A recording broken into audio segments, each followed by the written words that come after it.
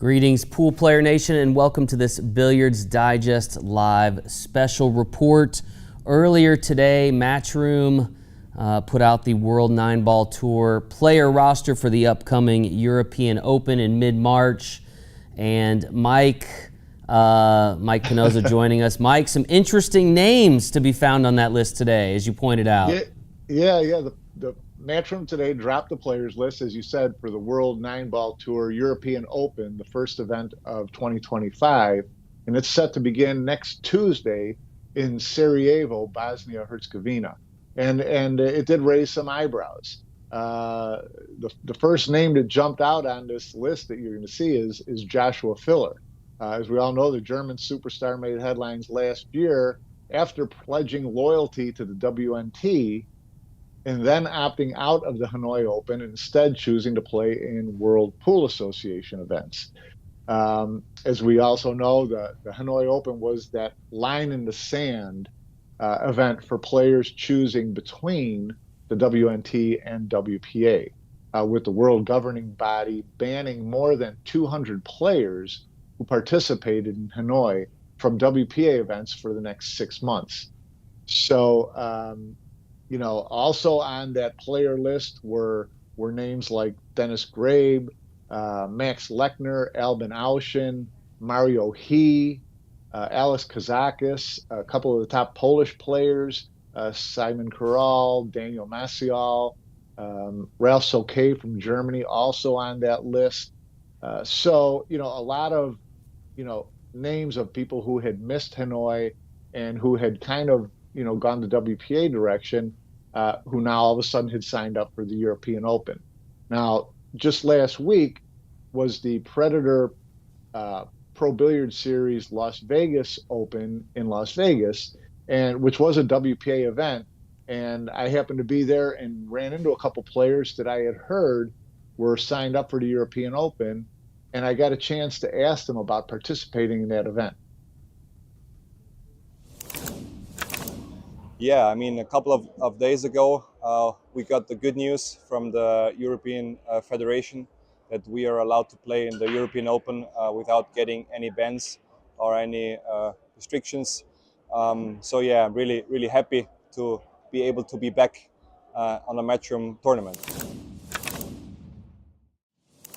So yeah, I was told some months ago that WPA is in talks with Matchroom, so that was a good thing.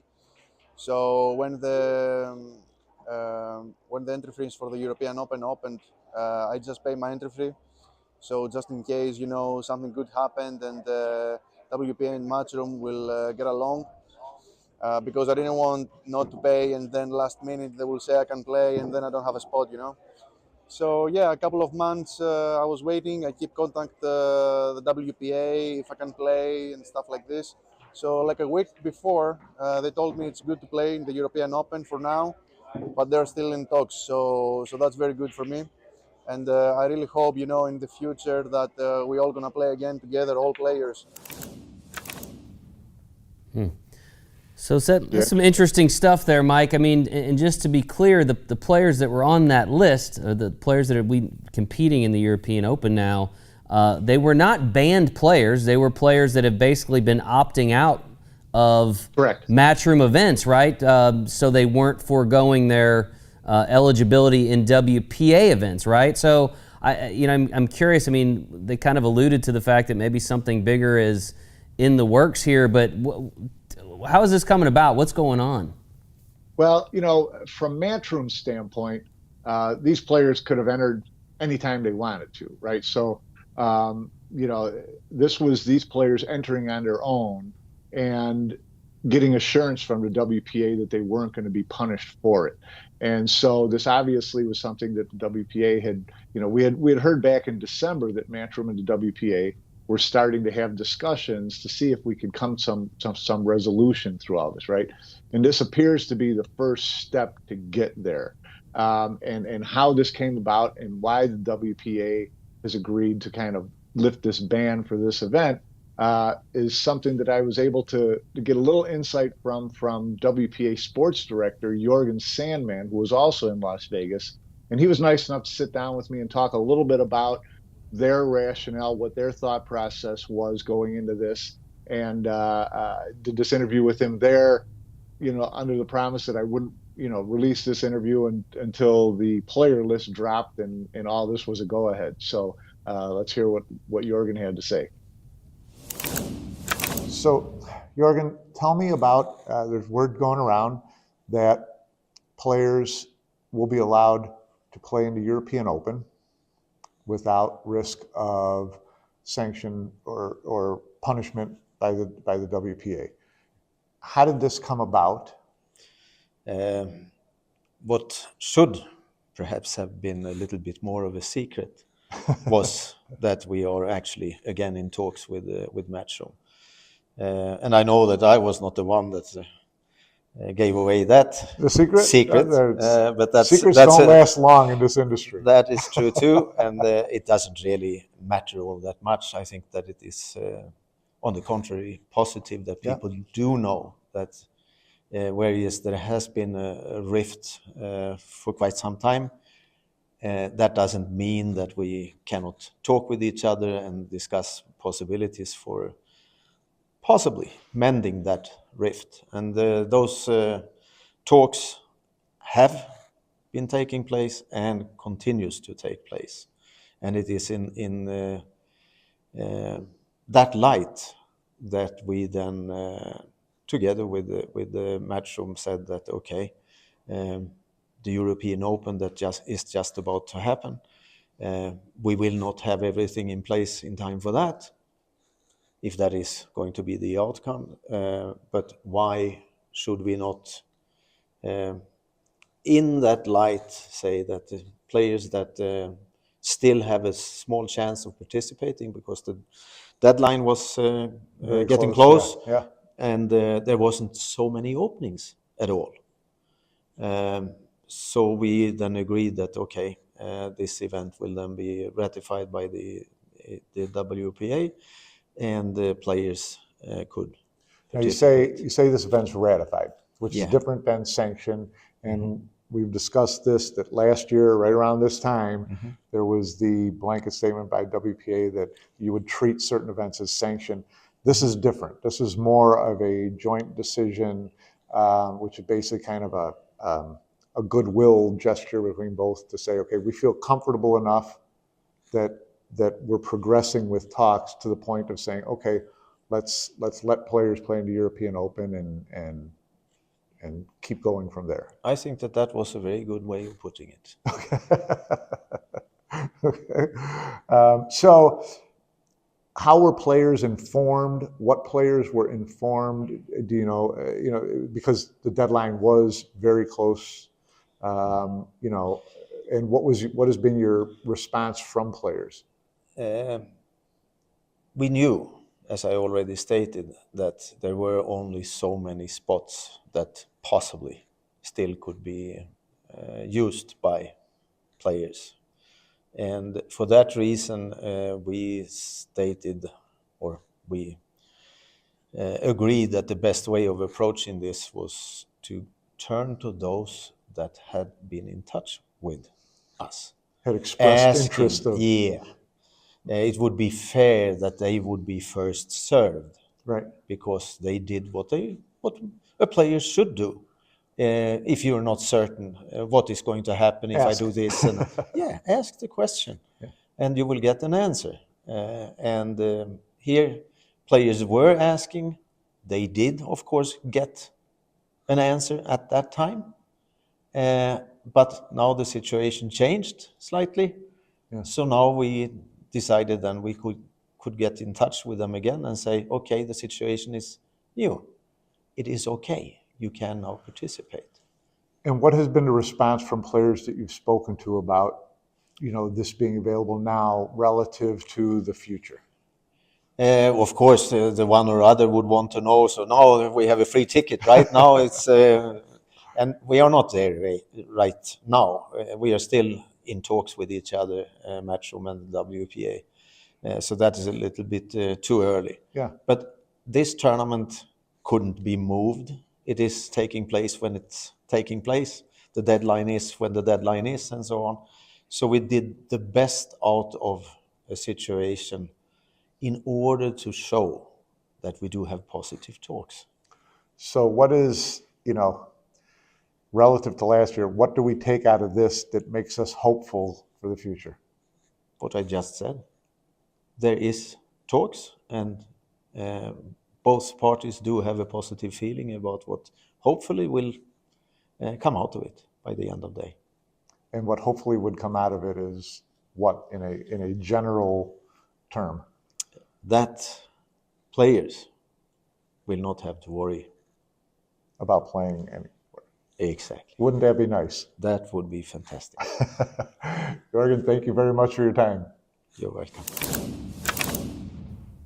Well, that's certainly an interesting interview there, Mike. It sounds like for the first time in months and months and months that maybe there's some thawing going on each side between the WPA and Matchroom. Yeah, we certainly hope so, and we hope that this kind of little like olive branch of okay, let's while we continue to talk, let's go ahead and let players play. It had to be something that Matchroom was delighted to see. All these pool fans all over the world are delighted to see all these players pop in there and play in the same event again. And hopefully everyone gets a good enough vibe from this that it just pushes this over the line, right? And we get to where we want to be, which is this peaceful coexistence between the groups to allow players play wherever they want to play. And you hope that happens. I mean, I think that, I've said before, I think that what both sides have seen is what we've seen for the last 6 months. And that is, you can dig in your heels, but at the end of the day, the players were miserable. The players you talk to on both sides, any part of the world, they were miserable. They were angry. They were frustrated. They were confused. So it was a matter of, this. I think this is something that everyone knows is in the sport's best interest, and certainly in the players' best interest, to find a way to peacefully coexist. Well, I like to believe that the players and what's best for them was at the heart of all this, but I do have to kind of wonder if, it wasn't until one Josh Filler bowed out of some big Matchroom events and was left off the roster for the Mosconi Cup that this finally, I mean, obviously many players had already foregone several of the WPA events in favor of the WNT, but it seemed like this big card here was Josh Filler and him going the other direction. So I guess my question to you is, because I think a lot of people looked at Josh Filler and said, hey, you committed to this and now you're doing this, and he kind of took a little bit of a bad rap, but I'm wondering if his actions led to where we are and possibly where we're going.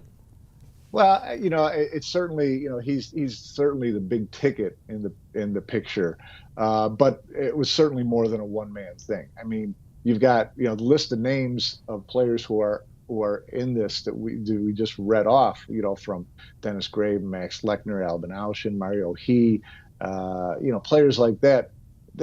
That's a good chunk of really good players. So I think it was more a case of you had these two different groups who wanted to play each other, who weren't playing each other. And I had one of the players tell me, I didn't take up playing professional pool so that I could play half of the best players while the other half were playing elsewhere. I want us to all be together. That's the way we measure ourselves. And so I think that overall disgruntlement among pro pool players, whether you were a WNT player or a WPA player, was real. I think it was just, frustration and a sense of, I'm not getting what I want out of this sport, that I think kind of, may have had an impact on both sides saying, this is better for everybody if we figure this out. Yeah. Well, and definitely. It's still got a ways to go, I think, but we'll see. Hopefully sooner than later. I mean, this event starts next week. Hopefully this is the catalyst that pushes us into a very fruitful 2025. It's the most excited, and optimistic I've been in, 3 years. I mean, it was Was it 2021 or 2022 or 2022 when at the Moscone Cup was when Matchroom announced that it was not going to sanction with WPA anymore. So from that point on, it's been this kind of battle. It's a long time. Yeah, this is kind of almost year 3 of this going on. So as you mentioned, March 11th through the 16th, WNT's European Open taking place there in Sarajevo, Bosnia Herzegovina. We'll have all eyes on that. And you're going to be here with me, sitting next to me in studio next week. Mike will be right here. And hopefully, Mike, we'll be talking a little bit more about some of these developments. I mean, do you have any kind of idea? Do we expect this is going to be something we know more about in a matter of days, weeks? No idea. There's no guarantees on anything. I'm for however long it takes to get to a positive announcement, and if that means longer than next week, I'm all for waiting. If it means next week, that'd be great. We'll talk about it on the show. It would be a nice lead-off topic. But I'm sure we'll have plenty to talk about. For one, who was not on the list were, our top American guys, Skylar Woodward and Fedor Gorst, both missing the event in Sarajevo for medical. They both have injuries that they're trying to take care of, neck, back issues. For both of those guys, so we wish them well, getting better in a hurry. Yeah. And but still a stacked field in Sarajevo, and it should be a lot of fun. I'm anxious to hear from people there what the vibe was like there. I think it's it's hopefully be relatively celebratory, right? Yeah. Well, we'll look forward to following along next week, and look forward to getting you here in studio, and we'll talk more about the latest developments and the ongoing saga between the WPA and the WNT. And it sounds like maybe, just maybe, we can't all get along. Maybe we can. Yeah. Appreciate your time, Mike. I know you've been under the weather. It's good to see you've rebounded, and I look forward to having you here in the studio next week. Look forward to being there, guys. All right. Take care.